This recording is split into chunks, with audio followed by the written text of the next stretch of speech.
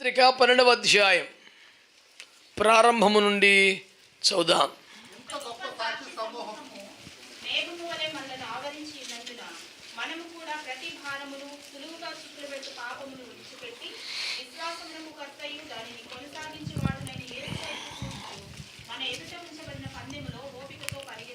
మొత్తం క్రైస్తవ జీవితానికి ఎంతో కీలకమైన మూలోపదేశమైన అత్యంత ప్రాముఖ్యమైన ఈ వచన భాగమును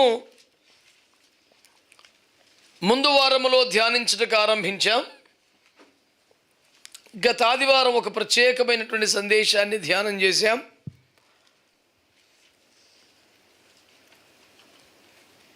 దాని కొనసాగింపుగా ఈ ధ్యానాన్ని మనం ఇప్పుడు చేస్తున్నాం. ఇందులో మనము ధ్యానం చేస్తున్న అంశము, ఇంత గొప్ప సాక్షి సమూహం మేఘం వల్లే మనల్ని ఆవరించి ఉన్నందున మనమును ప్రతి భారమును సులువుగా చిక్కలబెట్టి ప్రతి పాపమును విడిచిపెట్టి విశ్వాసమును కర్తవ్యాన్ని కొనసాగించడం యేసు వైపు చూస్తూ మన ముందుంచబడిన పందిరంగములో ఓపికగా పరిగెత్తుదుము అనే వచనాలని దాదాపు సండే స్కూల్ వయసు నుంచి కంటదాబడుతున్నాం, చెబుతున్నాం, వెళ్ళవేస్తున్నాం. ఈ పూట మనము ధ్యానం చేస్తున్న అంశం ఏమిటంటే, మనము కూడా ప్రతి భారమును విడిచిపెట్టి అనండి. ఎవరైతే దేవుని వాక్యపు పిలుపును అందుకుంటున్నారో, ఎవరైతే దేవుని చిత్తములోనికి రావాలనుకుంటున్నారో, ఎవరైతే దేవుని ఏర్పాటులోకి ప్రణాళికలోకి రావాలనుకుంటున్నారో, వారు తప్పకుండా విడిచిపెట్టవలసినవి కొన్ని ఉన్నాయి. పాపముల గురించి కానీ, ప్రాచీన స్వభావం గురించి కానీ, నిర్జీవ క్రియల గురించి కానీ నేను ఇప్పుడు మాట్లాడటం లేదు. దేవుని వాక్యం చెబుతుంది ప్రతి భారమును విడిచిపెట్టు అని అన్నమాట. దేవుని వాక్యమే క్రైస్తవుడు భారము కలిగిన వాడుగా ఉండాలని చెబుతుంది. మరి ఇప్పుడు ప్రతి భారమును విడిచిపెట్టమని చెబుతోంది. ఏమిటి తాత్పర్యం అని అడిగితే ప్రశ్నలోనే జవాబు ఉన్నది.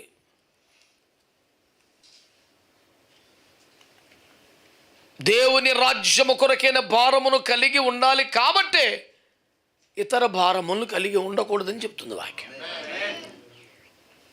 ఒక చోట భారమును కలిగి ఉండమని, మరో చోట భారమును వదిలించుకోమని ఎందుకు చెప్తుంది వాక్యం అంటే, మోయవలసిన కాడి మన కొరకు ఉన్నది కనుకనే ఇతరత్రా భారములను విడిచిపెట్టవలసి ఉన్నది అనేది వాక్యం యొక్క సారాంశం.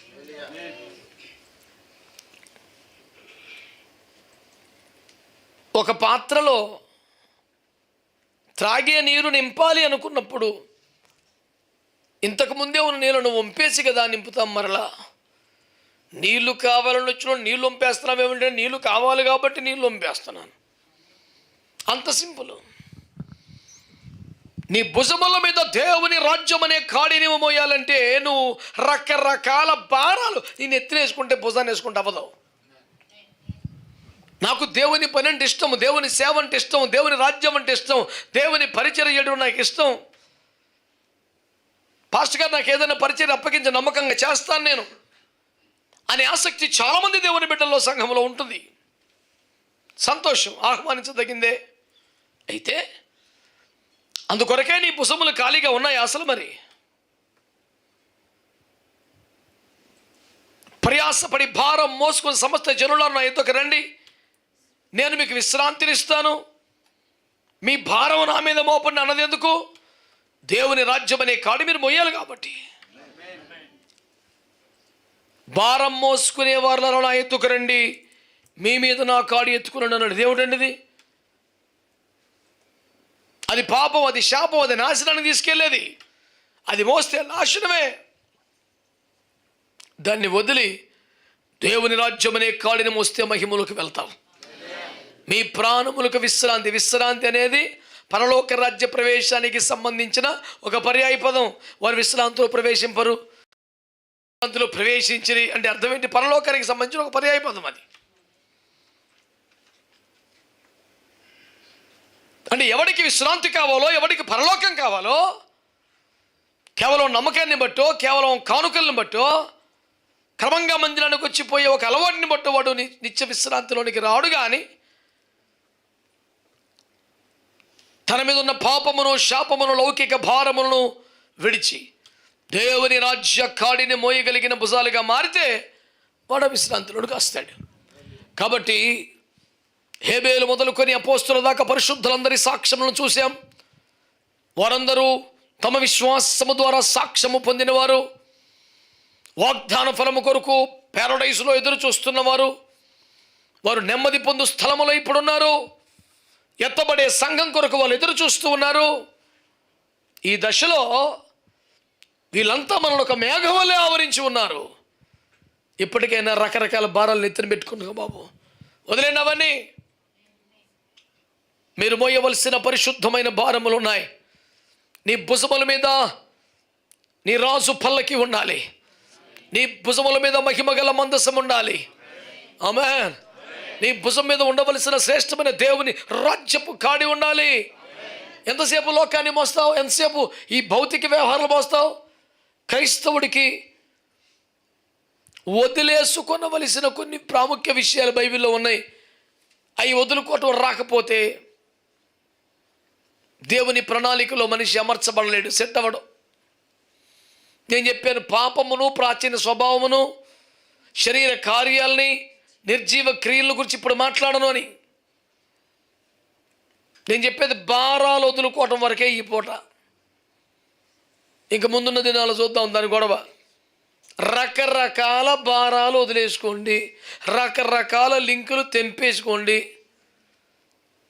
కాస్త ఫ్రీ అవ్వండి.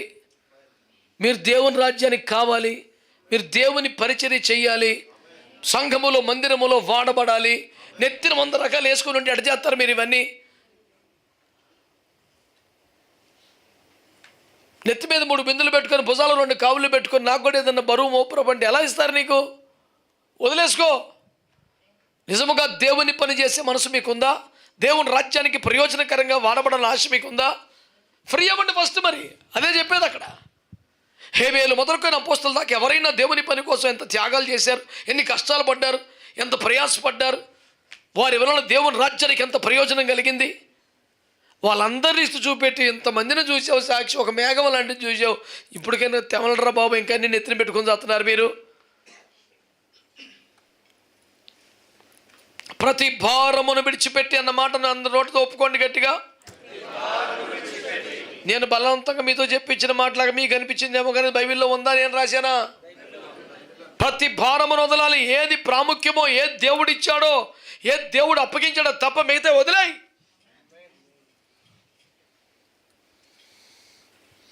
చాలా సాధారణమైన దగ్గర నుంచి స్టార్ట్ చేస్తాను. చాలా సింపుల్ దగ్గర నుంచి చదవండి. ఆదికాండము 2వ అధ్యాయం. ఏంటి ఆ వాక్యం? నీకు కదా అప్పుడే. ఆదికాండం 2వ అధ్యాయం 24వ వచనం చదవండి.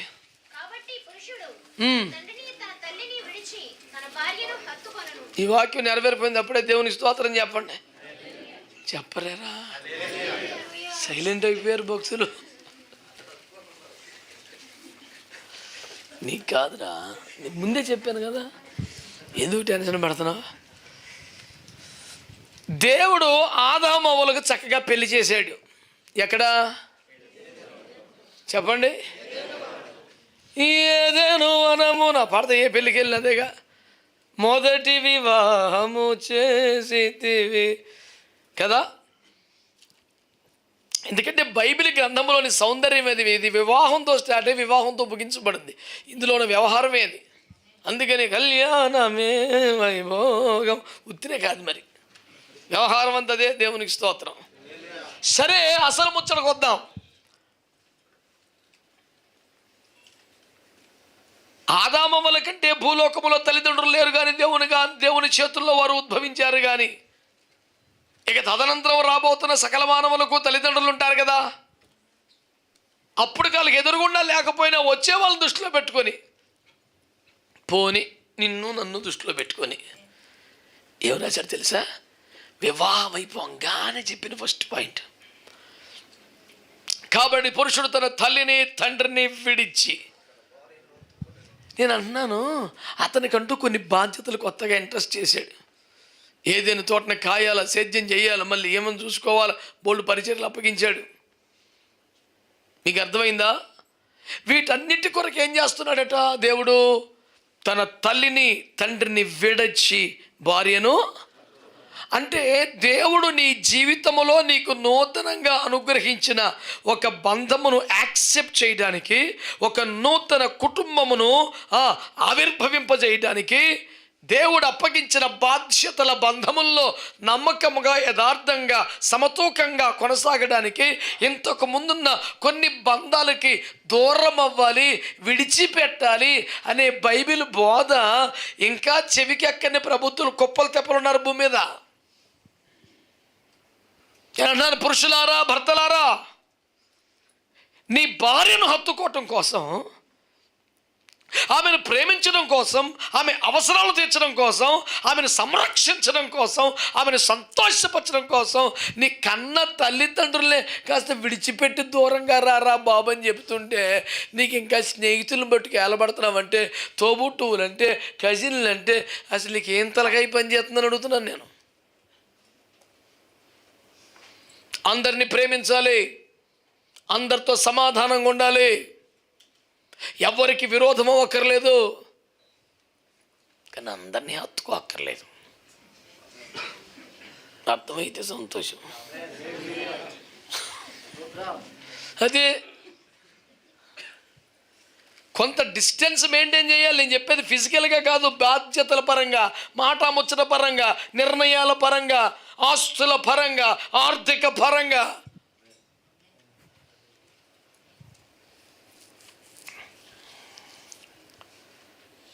నేను ఏమంటానంటే కొన్ని మాటలు చెప్తాను మీకు.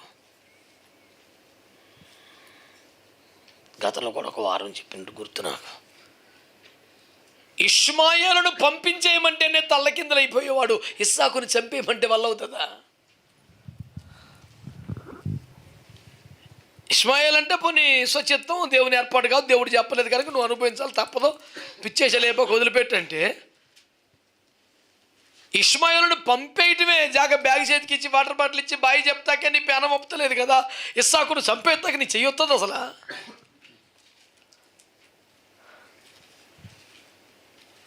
So that kind of emotional fellow నువ్వైతే నీతో దేవుని చిత్తం నెరవేరదు, నువ్వు పనికిరావు దేవుని రాజ్యానికి. జనాభా లెక్కలకే ఈ గోత్రులు ఇంతమంది, ఈ గోత్రులు ఇంతమంది, రాసి అరిగిపోయింది. చిత్తం చివరికి వచ్చేప్పటికి ఇద్దరు. రే అది బైబిల్ మూసే అర్జున్ బైబిల్ మూసే.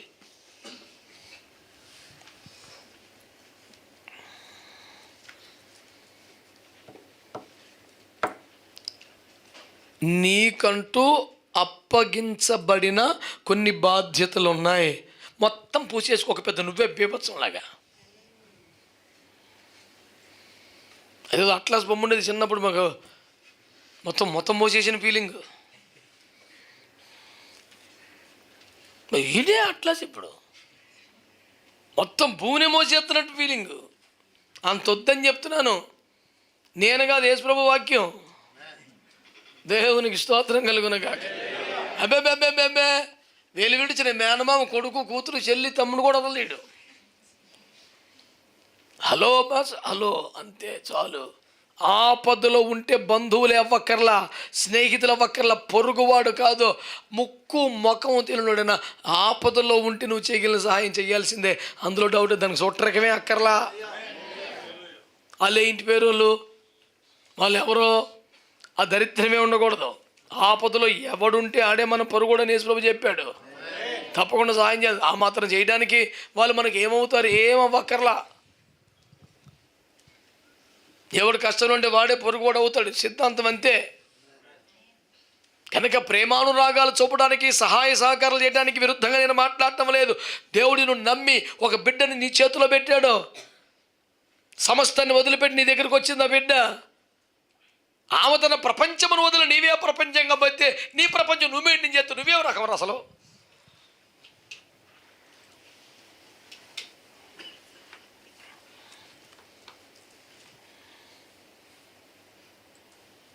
భర్తలందరూ నాయంకరగా చూస్తున్నారు ఇందులో. దేవునికి స్తోత్రం. ఇటు తిరిగి మాట్లాడితే బెటర్లా ఉంది ఇవాళ.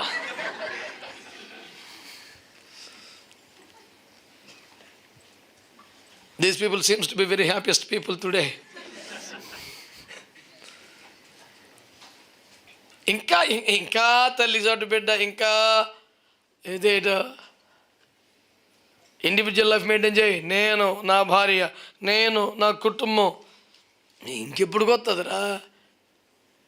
నువ్వు పెళ్ళి అయిపోయింది, 20 సంవత్సరాలు అవుతుంది, నీకు 2-3 పిల్లలు ఉన్నారు, నీకు కొన్ని బాధ్యతలు ఉన్నాయి, ఉద్యోగం ఉంది, వ్యాపారం ఉంది, కొంప ఉంది, గోడు ఉంది, ఇంకా అమ్మ, అన్నయ్య, నాన్న, తమ్ముడు, చెల్లెంటి వీళ్ళని ఎప్పుడు డెవలప్ చేస్తావు?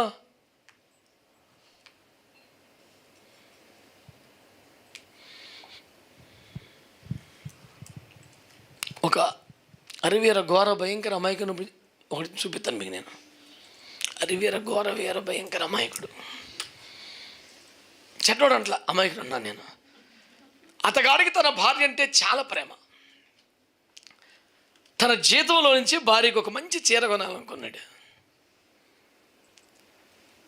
షాప్కి వెళ్ళి అక్కడి నుంచి వాళ్ళ అక్కకు ఫోన్ చేశాడు, అక్క మీ మరదలకి చీర కొనాలనుకుంటున్నాను, నువ్వు సెలెక్ట్ చేయవా? ఎంతలో కొనాలనుకుంటున్నావు? ఒక 3,000. దాని మొఖానికి 3,000 ఎందుకురా? 1000 రూపాయలది కొను. నేను చెడ్డోడా నాన్న? అమాయకుడు. నేను అన్నాను, ఒరే నీ భార్యకి చీర కొనాలని ఉంటే అక్కెందుకు, ఆమెనే తీసుకెళ్ళచ్చు కదా. అందుకని కదా నా అమాయకుడు అంటాను నేను.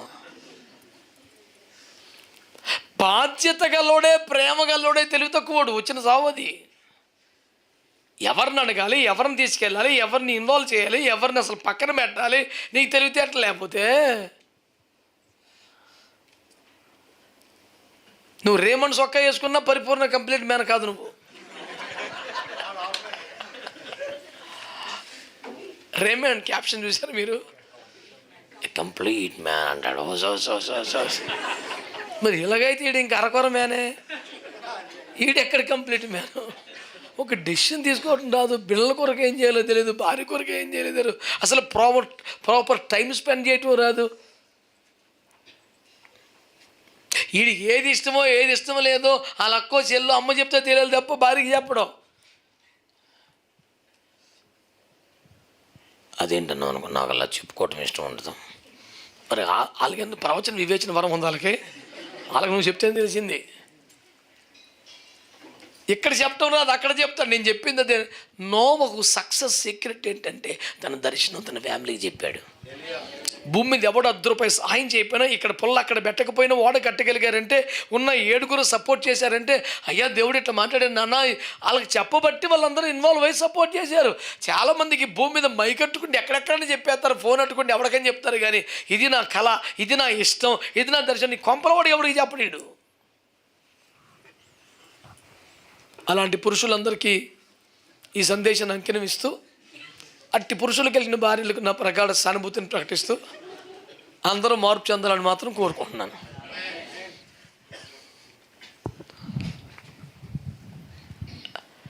దేవుడు కుటుంబం అనే ఒక బాధ్యత నీ మీద పెట్టాడు. అది కేవలం సంతోషం మాత్రమే కాదు, దానికి మించిన బాధ్యత కూడా కదా. లాట్ ఆఫ్ ఎక్స్పెక్టేషన్స్ ఉంటాయి నీ మీద, ఇంటా బయట.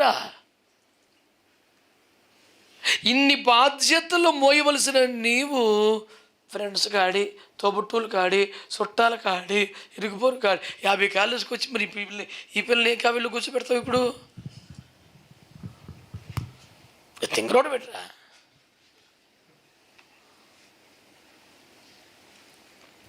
పురుషుడు తన తల్లిని తండ్రిని విడచి, ఎవరి చిన్న మాట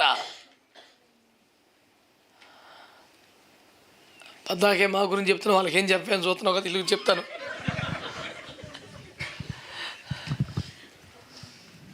నలభై 45 కీర్తన 10వ వచనం, కుమారి ఆలకించము, ఆలోచించము, నీ స్వజనమును తండ్రి ఇంటిని మర్చిపో. వీళ్ళు కొంచెం విడిచిపెడితే చాలు, నువ్వు మొత్తం మరిచిపోవాలా. నువ్వు గడుకోసారి గడుకోసారి మా అన్నయ్య, మా మామయ్య, మా నాన్న అన్నావు అనుకో, మొత్తం కూటం తేడా వచ్చేస్తుంది. మరి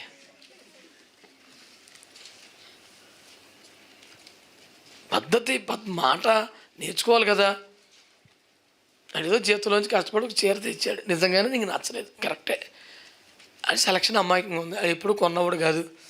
మన లైఫ్లో మొట్టమొదటిసారి తెగించాడు, వెళ్ళాడు, జీతం తీసుకుని అలాగే షాప్కి వెళ్ళాడు, కొనుక్కొచ్చాడు. నిజంగానే అది సెలక్షన్ రాలేదు, నచ్చలేదు.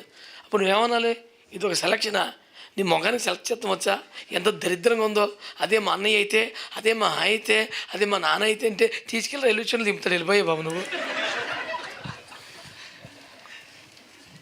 నీకు తెలివితేటలు ఉన్న మనిషి ఇటు కదా, నువ్వు తెలివితేటలు ఉన్న మనిషి అయితే నువ్వేం చేయాలా?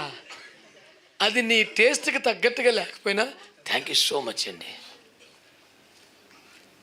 నాకు మా నాన్న పట్టుకొచ్చి చేతిలో పెట్టినట్టుంది, మా నాన్న మరిపించేసావు నువ్వు అంటే ప్రేమ కొనసాగుద్ది, బంధం బలపడద్ది. దాన్ని కట్టికి అబద్ధమేమనరుగా, ప్రేమ నిజమేగా, బాధ్యత నిజమేగా. ఇప్పుడు కలరో మన్నో మశానం ఏదో తగ్గింది అంతేగా. ఈసారి మారుద్ది, ఏం పోయింది ఇప్పుడు? ఇప్పుడు నువ్వు పెట్టిన కూటానికి మొత్తం కూటమే మాడిపోయిందిగా. కొన్ని వదిలేత్తం నేర్చుకుంటారు బాబు, నేను చెప్పేది అది. ఏమంటలేదు మీరు? దేవుడు నీకు అనుగ్రహించిన బాధ్యతలను, కుటుంబ జీవితమును సక్సెస్ఫుల్గా ఫలభరితంగా కొనసాగించుకున్నట్టుకు గాను నీవు నీ స్వజనమును, తండ్రి ఇంటిని విడిచిపెట్టడం నేర్చుకో. నీ భార్యతో, నీ భర్తతో హత్తుకుని బతకడం నేర్చుకో. ఇది నీ ప్రపంచంగా మార్చుకో. ఇంకా మా మాయ, ఇంకా మా అన్నయ్య, ఇంకా మా అక్క, ఇంకా మా తమ్ముడా అబ్బా సోదే. ప్రేమించు, వారి కోసం ప్రార్థన చేసి అవసరమైనప్పుడే సంప్రదించు. పొద్దున్న లేచిదే బ్యాచ్ పెట్టుకొని కూర్చోకు.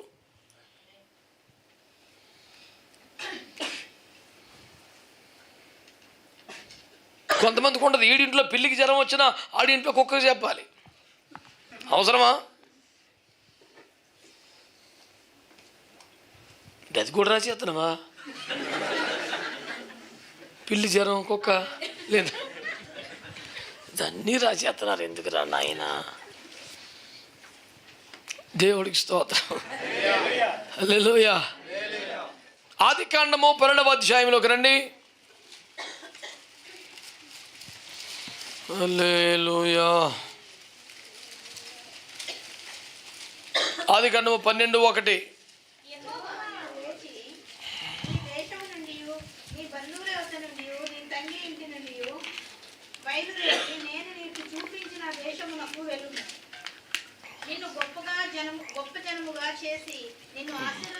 నిన్ను గొప్ప జనముగా చేయాలని, నిన్ను ఆశీర్వదించాలనుకుంటున్నాను నానా.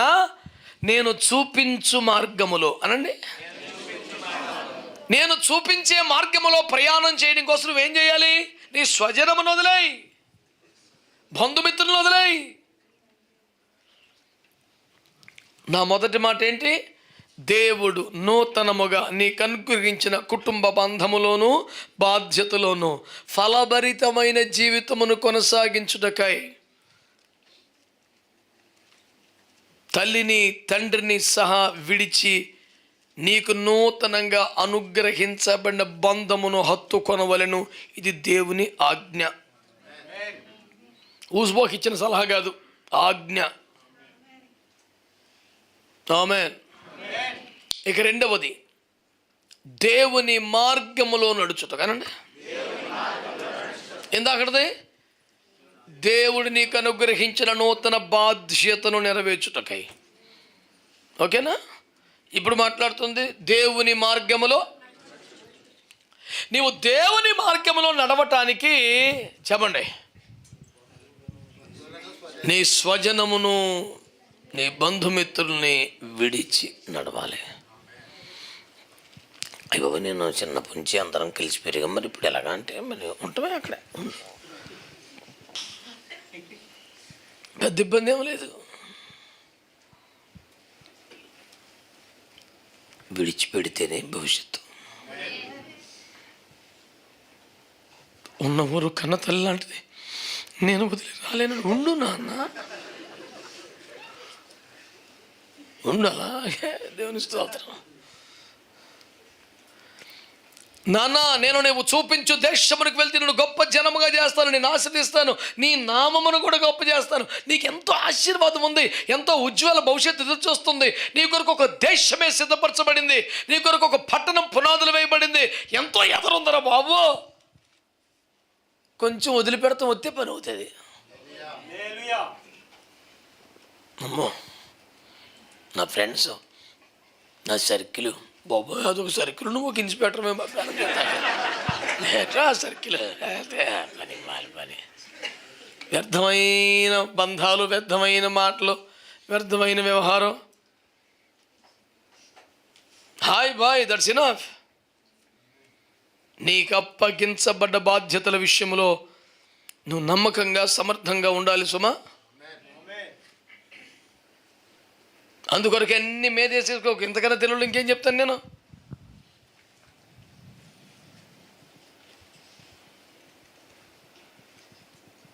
లాస్ట్ గవర్నమెంట్లో వాలంటీర్ల వ్యవస్థ అనేది పెట్టారు కానండి, చాలామంది నాకు తెలిసి 30-40 ఏళ్ళ బట్టి అది వాలంటీర్గా ఫీల్ అయిపోయి అన్ని మేదేసుకుని తిరిగి బోలు మంది ఉన్నారు.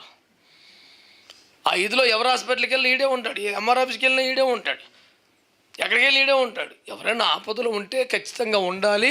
ఎవరు ఆపదలు ఉంటే అతడే మన పొరుగువాడని ఫస్ట్ నుంచి చెప్పుకుంటాను వస్తున్నాను. దేనికైనా ఒక పరిమితి లేదా?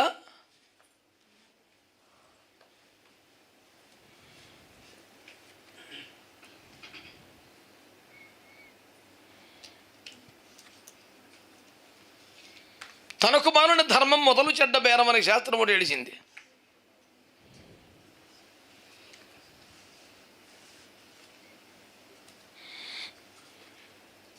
నువ్వు లేచి నీ స్వజనము నుండి బంధువులను విడిచిపెట్టి పదా. పాప అందరూ వదిలిపెట్టేశాడు, కానీ లోతుగాడు వెనకాల పరిగెత్తుకొచ్చాడు. ఈయన కోరుకోలేదు, రమ్మనలేదు, కాకపోతే వస్తుంటే వద్దని లేకపోయాడు. పాప మాడికి మట్టుకు ఎవరు ఉన్నారు, మేమే కదా, అమ్మ నాన్న లేరు కదా పాపం, ఫోన్లే.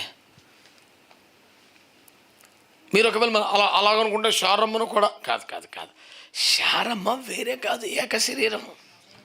దాంట్లో ఇద్దరిని మాట్లాడితేనే బుద్ధిహీనతది. నీ బంధువులు, నీ స్వజనము, ఆ లిస్టులోకి ఏమో పేరు ఎందుకు వస్తుంది? బంధువుల పేర్లు రాయి, స్వజనుల పేరు రాయి అంటే ఎవడన్నా భార్య పేరు రాస్తే ఆడ అసలు బేపొచ్చం. ఆల్బర్ట్ ఐన్స్టీన్, ఐజాక్ న్యూటన్ ఇలాంటి అందరూ కలిపేస్తే ఆడ ఒక్క బ్రెయిన్. అంత అడ్డగోలుగా వ్యాఖ్యానిస్తే ఇంకెలాగ మరి? తన స్వంత శరీరమని, ఏక శరీరమని దేవుని వాక్యం చెబుతుంది. కనుక నీ స్వజనమును బంధుమిత్రులు అంటే అందులోకి శారమ పేరు ఎందుకు రాస్తా? బుద్ధి లేకపోతే నీకు. రాస్తే గిస్తే బాబు పేరు రాయాలా? ఎవరా బాబు? లోతైన వాడు. అంతకని లోతు ఇంకే వెళ్ళాడు నాకు తెలిసి. అబ్రాహ్మకి ఎంతకుండా పోతుండే పిల్లోడు ఇంకెంత లోతండి. సెట్ అవ్వాలా? అన్ని తరగతి నొప్పులే, ఇబ్బందులే, తల గొడవలే, బాధలే, లాసులే, కష్టాలే. మరి బాగుంది. కానీ 13వ అధ్యాయం 14వ వచనంలో లోతు అబ్రహామును విడిచిపోయిన తర్వాత దేవుడు అబ్రహామును దర్శించి మాట్లాడుతున్నాడు. మళ్ళీ కొన్ని వదిలిపోతేనే ఆశీర్వాదం అండి, కొన్ని వదిలిపోతేనే దర్శనం, కొన్ని వదిలిపోతేనే స్వాస్థ్యం. ఈ బాబాలకి వెళ్ళిపోయడే లేదో. అబ్రాహం నడువు, నడిచిందంత అబ్రాహందే. అబ్రాహము చూడు, చూచిందంత అబ్రాహందే.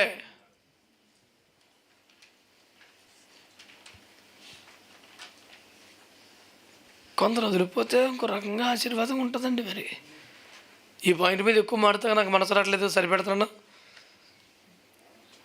కొందరు కానీ వదిలేశారా, ఆ లెక్క వేరుంటుంది, ఆ స్వాస్థ్యం వేరుంటుంది, ఆ ఆశీర్వాదం వేరుంటుంది.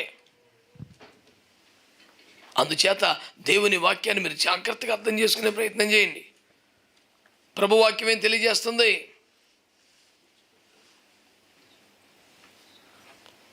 నీకంటూ కొన్ని బాధ్యతలు ఉన్నాయి. దేవుడు నీ ద్వారా కొన్ని కార్యాలు చేయాలనుకున్నాడు. నీ ముందు ఇంత సాక్షి సమూహాన్ని పెట్టాడు. వారు ఎన్నెన్నో త్యాగాలు చేసి ఆ సాక్ష్యాన్ని పొందారు. నీవును నీ ఎదుట ఉంచబడ్డ పందిరంగంలో ఓపికగా సాధించి బహుమానం పొందాలంటే కొన్ని విడిచిపెట్టాలి. అన్ని భారాలు మీదేసుకుంటే న్యాయం చేయలేవు, నీ వల్ల కాదు. కాబట్టి కొన్ని వదులుకో. ఇందులో ఇంకా ఇబ్బంది ఏముంది? తేటగా ఉంటే ముచ్చటంతానే. కుటుంబం అనే ఒక బాధ్యతలు కొరకు పెడుతున్నావు కనుక తల్లిదండ్రిని కూడా విడిచి ఇటు న్యాయం చేయాల్సి ఉంటుంది. ఇంకా చుట్టాలు, బంధువులు, తోబుట్టులని పూసుకొని తిరుగుతున్న పని అవ్వదు. నువ్వు పెద్దోడు అయ్యావు, నీకు కుటుంబం, నువ్వు ఇంటి యజమానివి, యాజకుడివి, నీకు కొన్ని బాధ్యతలు వచ్చినాయి. పిల్లకాయ ప్రవర్తన మానేయి అని చెప్తున్నావు. దేవునికి స్తోత్రం, హల్లెలూయా. రెండవది, స్వజనమును బంధువులను లేకపోతే నువ్వు ఎదరికి వెళ్ళలేవు. దేవుని మార్గంలో దూసుకుపోవడానికి ఎన్నో రకాల అవరోధాలు, కులమని, మతమని, ఆచారమని, సాంప్రదాయమని, కట్టుబాట్లని ఇవన్నీ తగిలించుకొని వెళ్ళలేవు. ప్రశాంతంగా తీరిగ్గా ఎదరికెళ్ళు. లోతుబాబులు అంటూ వాళ్ళు పోతేనే పేనం ప్రశాంతంగా సాగినట్టుగా వాక్యాలు కనబడతాయి. మీ చిత్తం ఇంకా దేవునికి స్తోత్రం. హల్లెలూయా. అంటే విడిచిపెట్టమన్నది అంటే పరిచర్య భారాలు, దేవుని రాజ్య భారాలు. నీకు సింపుల్గా అంత కాదు. మొదటి రాజులు 19:21 చదువు, అయిపోయింది, ఇంకేం లేదు కోటం, వెళ్ళిపోదాం ఇంటికి. మీరు ఎంతమంది ఆకలి కొనుచున్నారు? మీ విడుదల సమీపించి ఉన్నది. రాజుల మొదటి గ్రంథం 19:21. అందుకతడు అతనిని విడిచి వెళ్ళి కాడి ఎడ్లను తీసి వధించి వాటి మాంసమును గొట్టను నొగల చేత వట్టు చేసి జనులకు వడ్డించారు. వారు భోజనము చేసిన తరువాత అతడు లేచి ఏలియా వెంబడి వెళ్ళి అతనికి ఉపచారం చేయించాడు. ఇప్పుడు ఎలీషా అనండి.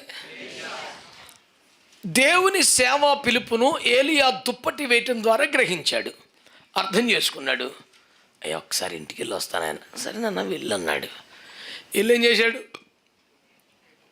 అమ్మను ముద్దు పెట్టుకొని వస్తానని చెప్పాడు. కానీ చెప్పడానికి వెళ్ళి చేసింది ఏంటి తెలిసిన? తన 12 అరకలు దున్నిస్తూ 12వ అరక తాను దున్నుతున్నాడు. అంటే ఏకంగా అది ఎంత పెద్ద పొలం అంటే 12 నాగళ్ళు కట్టారు ఒకసారి. 1, 2, 3, 12వ నాగలు మనోడు దున్నుతున్నాడు. అంటే 11 నాగళ్ళని కొంచెం సూపర్వైజ్ చేస్తూ తిన్నగా స్పీడ్గా మొత్తం ఎవరిని చేసుకుంటూ నడుస్తున్నాడు. ఇంత మోతుబరి రైతు, ఇంత బాధ్యతకు గలవాడు. దేవుని సేవ పిలుపు రాగానే ఏం చేయాడు తెలుసా? ఇంటికి వెళ్ళి ఆ నాగలి కర్రలు చీల్చి ఈ ఎద్దులను వధించి వంట చేసి ఊరోళ్ళందరికీ భోజనాలు పెట్టేసి వచ్చాడు. 12 అరకలు దున్నుతున్న పెద్ద వ్యవసాయాన్ని, కుటుంబాన్ని, తల్లిదండ్రులను విడిచిపెట్టి ఇంత పెద్ద ఫంక్షన్ చేసి ఊరందరికి భోజనాలు పెట్టి అట్టహాసంగా నేను సేవకి వెళ్ళిపోతాను అని వచ్చేసి ఇక్కడికి వచ్చి చేసేది ఏంటంటే ఏలే చేతుల మీద నీళ్ళు పోతాం. ఎంతోటి దానికి అంతెందుకు వదిలేసావు? పోనీ ఇక్కడ ఇరగపూడి చెప్పనే ఉంది. చైర్మన్ కానీ మేనేజింగ్ డైరెక్టర్ పోస్ట్ వచ్చిందా? అడ్మినిస్ట్రేటర్ పోస్టా? పోనీ ఏలే గారి చేతుల మీద నీళ్ళు పోతామే, అంతకన్నా ద్రవ్య పని లేదు అక్కడ. మళ్ళీ అన్నాను, ఎంతోటి పనికి అంత వదులుకోవటం ఎందుకు? అప్పగించబడిన పరిచర్య చిన్నదైనా పెద్దదైనా దేవుడు పిలిచాడు గనక, దేవుని పని గనక, దేవుడికి నా మీద కొన్ని అంచనాలు ఉంటాయి గనక ఆయన ఎప్పుడు ఏది అప్పగించినో అని చెప్పకూడదు గనక ముందు ఫ్రీ అయిపోవాలి. నేను ఈ నాగలి, బండి, ఎడ్లు ఇవన్నీ మేదేసుకుంటే రేపొద్దున చేస్తానో చేయలేను.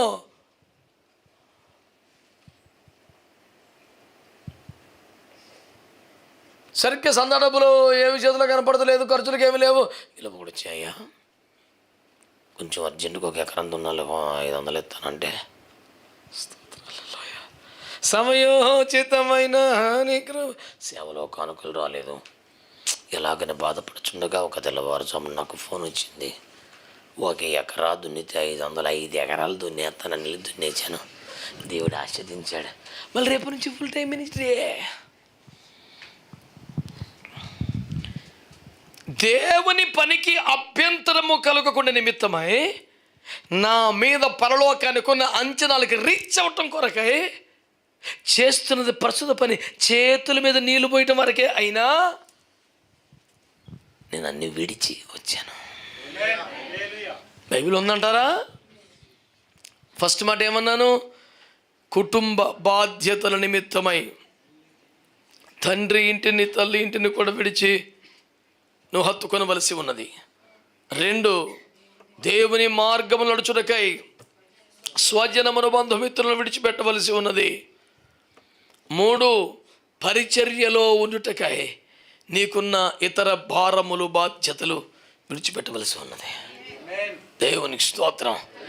అది ఎంత చిన్న పరిచర్య అయినా సరే ఆఖరిగా నా మీద కూడా చెప్పేసుకుని వదిలేస్తాను. అపోస్తలుల కార్యాలు 6వ అధ్యాయం 2వ వచనం.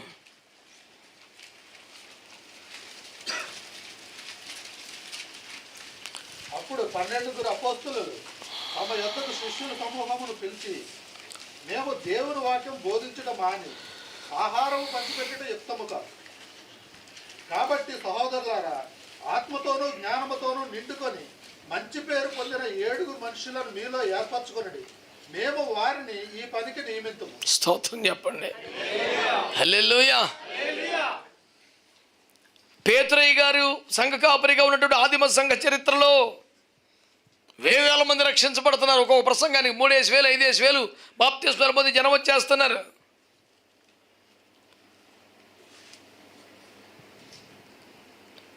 వాళ్ళందరికీ ఆరాధన అయ్యాక భోజనాలు పెట్టి పంపుతున్నారు. కొంతమందికి భోజనాలు సరిగా అందటం లేదంట. ఒక బ్యాచ్ బలంగా వాడబడుతున్నారు, కొన్ని బ్యాచ్లకి చోరే ఏం దొరకట్లా. వాళ్ళు డైరెక్ట్గా పేతురు గదికి వచ్చారు. అయ్యా అమ్మ మీరే చూడండి బాబు, మా అమ్మ ప్రతి వారం ఎలాగవుతుంది, మాకు వాళ్ళు తినేస్తున్నారు, మాకు ఎడతలేదు అని ఒక ఊరోళ్ళు చెప్పారు.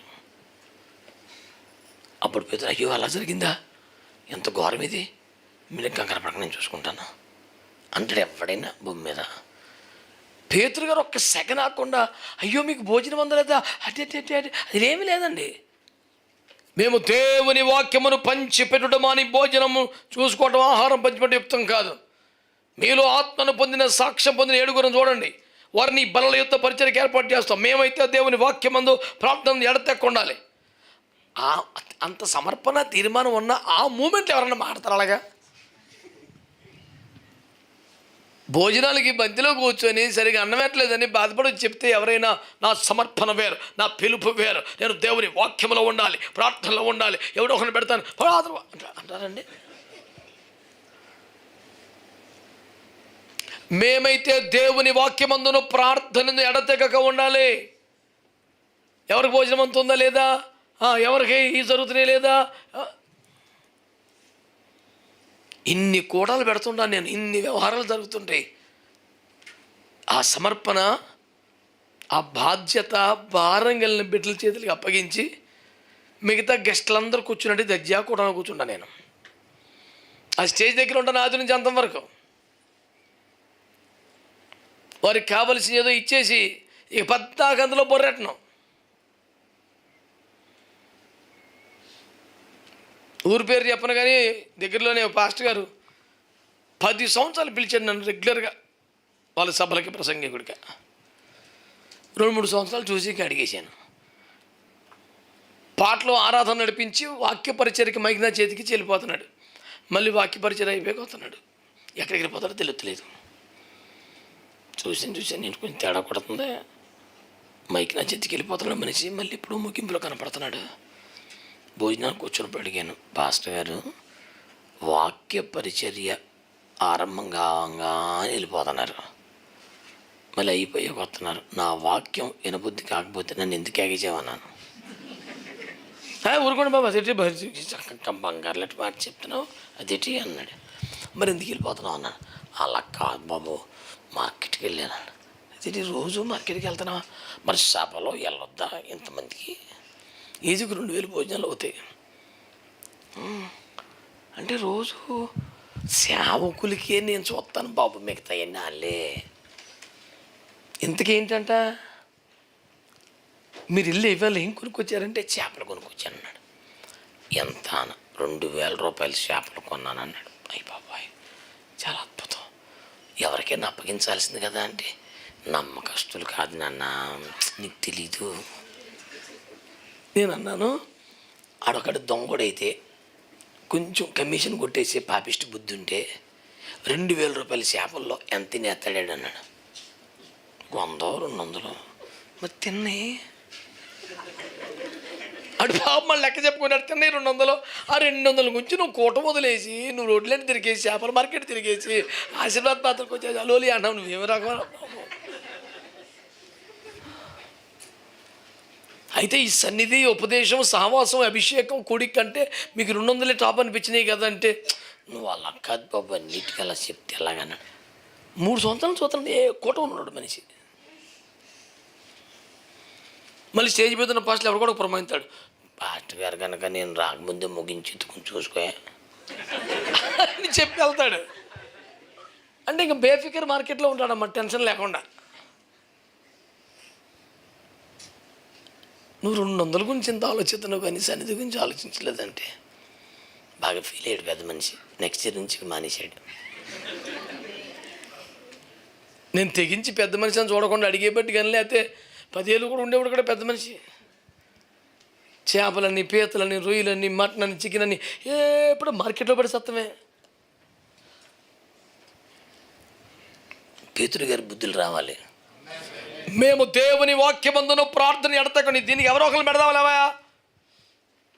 ఆ ఎవరో ఒకరు కూడా ఆత్మను పొందిన వల్ల ఉండాలి, సాక్ష్యం కలిగిన వల్ల ఉండాలి. ఇప్పుడు చురుకైన కార్యకర్త వీడైతే బాగా చేస్తాడు అక్కర్లా, అద్భుతంగా చేయలేకపోయినా పర్లేదు కానీ వాడు ఆత్మను పొందినోడై ఉండాలి. ఫుట్ నోట్లు ఏమి రాశాడు? బల్లల యొద్ద పరిచర్య అని రాశాడు.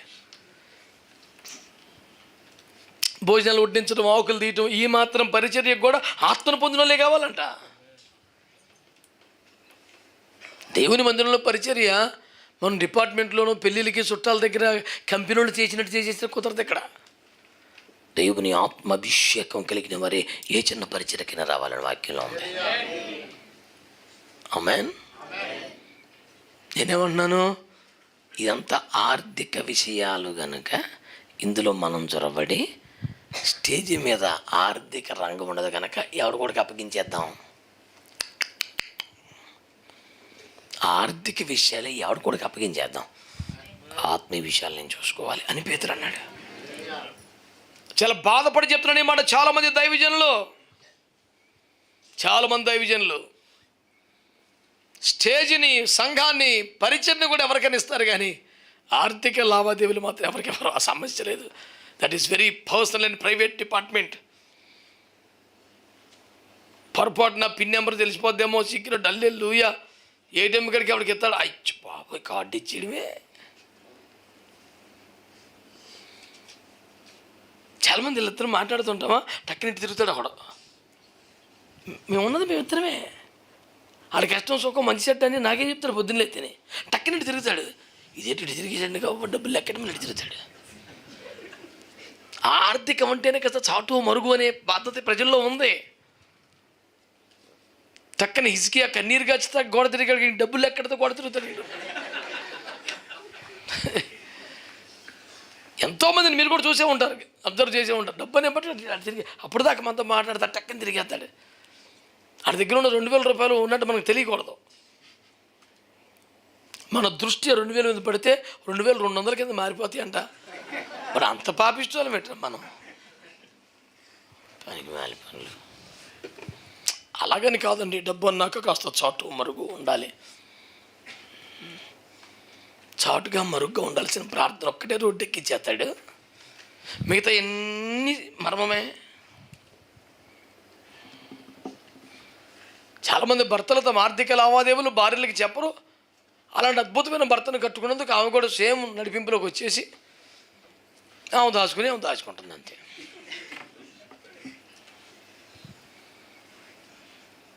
ఒక సహోదరుడికి నీ ఇంటి మా భర్తకి తెలియకుండా ఇవ్వని, నేనేమన్నా దోచేస్తున్నానా? కేవలం దాచేస్తున్నాను అంతే.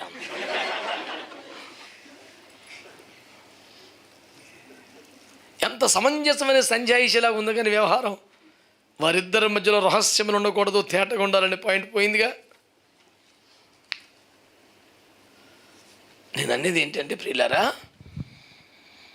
దేవుడు నీకు ఇచ్చిన కుటుంబ బాధ్యతలలో నువ్వు ముందుకెళ్ళినట్లుగా నీ కన్న తల్లిదండ్రులను కూడా విడిచిపెట్టి కొంచెం వస్తేనే సాధ్యమైద్ది.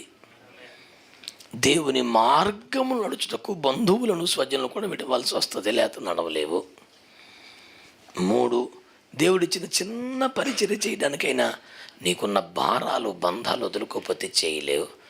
4వది, దేవునికి ఇచ్చిన మహిమ కలిగిన పరిచర్యలో నిలుచుటకై ప్రయోజనకరమగుచున్న ఆర్థిక లావాదేవీలన్నీ వదిలేయాల్సి వస్తుంది, లేకపోతే ఇందులో నిలబడలేవు.